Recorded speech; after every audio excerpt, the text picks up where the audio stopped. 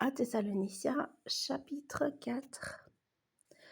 Au reste, frères, puisque vous avez appris de nous comment vous devez vous conduire et plaire à Dieu, et que c'est là ce que vous faites, nous vous prions et nous vous conjurons au nom du Seigneur Jésus de marcher à cet égard de progrès en progrès.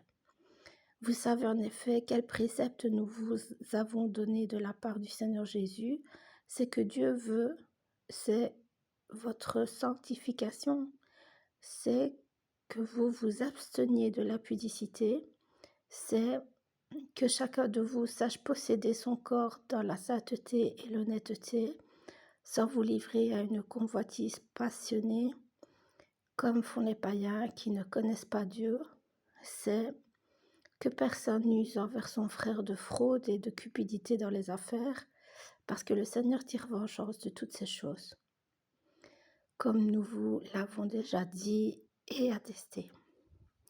Car Dieu ne nous a pas appelés à l'impureté, mais à la sanctification.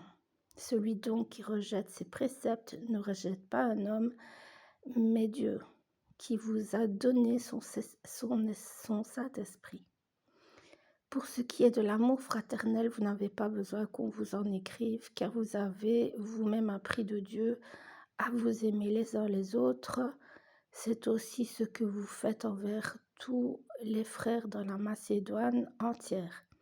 Mais nous vous exhortons, frères, à abonder toujours plus dans cet amour et à mettre votre honneur à vivre tranquille, à vous occuper de vos propres affaires et à travailler de vos mains comme nous vous l'avons recommandé, en sorte que vous vous conduisez honnêtement vers ceux du dehors et que vous n'ayez besoin de personne. Nous ne voulons pas, frères, que vous soyez dans l'ignorance au sujet de ceux qui dorment, afin que vous ne vous affligiez pas comme les autres qui n'ont point d'espérance, car si nous croyons que Jésus est mort et qu'il est ressuscité, croyons aussi que Dieu ramènera par Jésus et avec lui ceux qui sont morts. Voici en effet ce que nous vous déclarons d'après la parole du Seigneur. Nous les vivants, restés pour l'avènement du Seigneur, nous ne devancerons pas ceux qui sont morts, car le Seigneur